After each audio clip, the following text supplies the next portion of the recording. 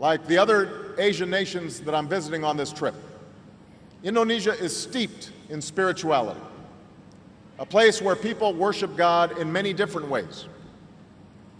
Along with this rich diversity, it is also home to the world's largest Muslim population, a truth I came to know as a boy when I heard the call to prayer across Jakarta. Now, just as individuals are not defined solely by their faith, Indonesia is defined by more than its Muslim population. But we also know that relations between the United States and Muslim communities have frayed over many years. As president, I've made it a priority to begin to repair these relations.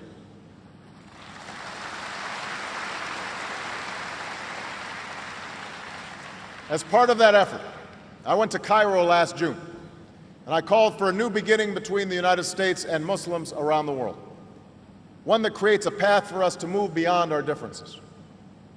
I said then, and I will repeat now, that no single speech can eradicate years of mistrust. But I believed then, and I believe today, that we do have a choice.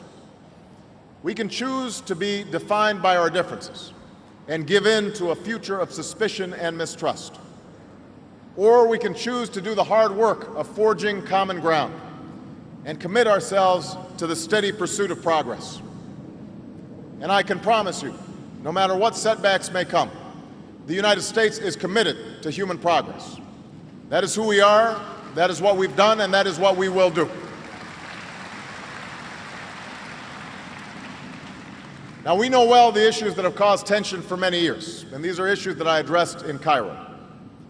In the 17 months that have passed since that speech, we have made some progress, but we have much more work to do. Innocent civilians in America, in Indonesia, and across the world are still targeted by violent extremism. I've made it clear that America is not and never will be at war with Islam. Instead, all of us must work together to defeat al-Qaeda and its affiliates, who have no claim to be leaders of any religion, certainly not a great world religion like Islam. But those who want to build must not cede ground to terrorists who seek to destroy. And this is not a task for America alone. Indeed, here in Indonesia, you've made progress in rooting out extremists and combating such violence. In Afghanistan, we continue to work with a coalition of nations to build the capacity of the Afghan government to secure its future. Our shared interest is in building peace in a war-torn land, a peace that provides no safe haven for violent extremists and that provide hope for the Afghan people. And meanwhile, we've made progress on one of our core commitments, our effort to end the war in Iraq. Nearly 100,000 American troops have now left Iraq under my presidency.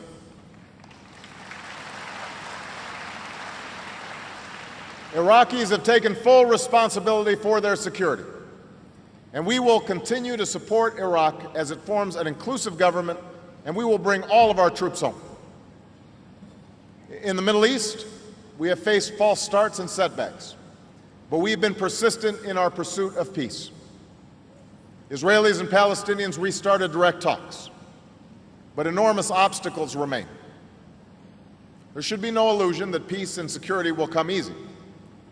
But let there be no doubt, America will spare no effort in working for the outcome that is just and that is in the interests of all the parties involved. Two states, Israel and Palestine, living side by side in peace and security. That is our goal.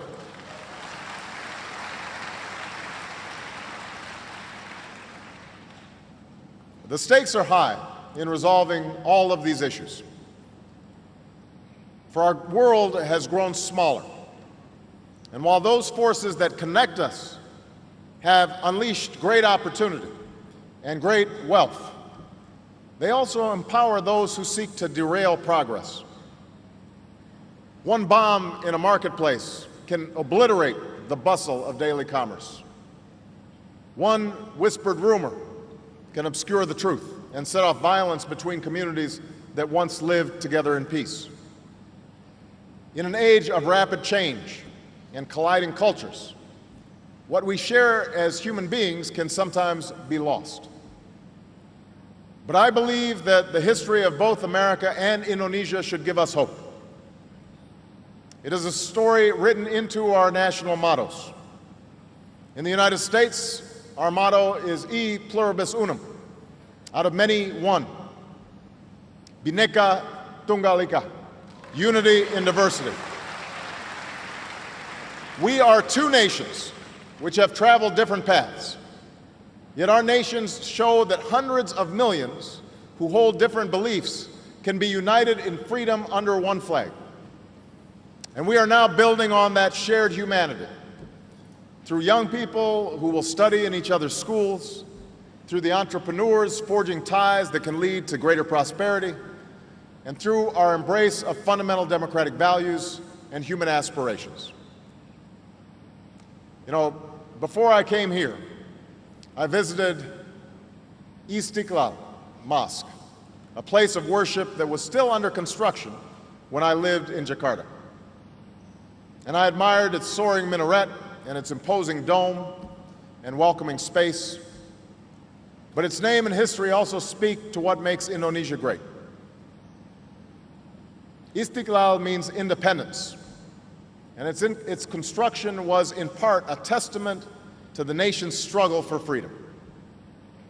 Moreover, this house of worship for many thousands of Muslims was designed by a Christian architect.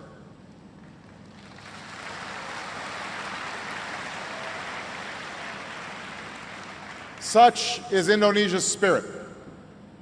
Such is the message of Indonesia's inclusive philosophy, Pancasila. Across an archipelago that contains some of God's most beautiful creations, islands rising above an ocean named for peace, people choose to worship God as they please. Islam flourishes, but so do other faiths.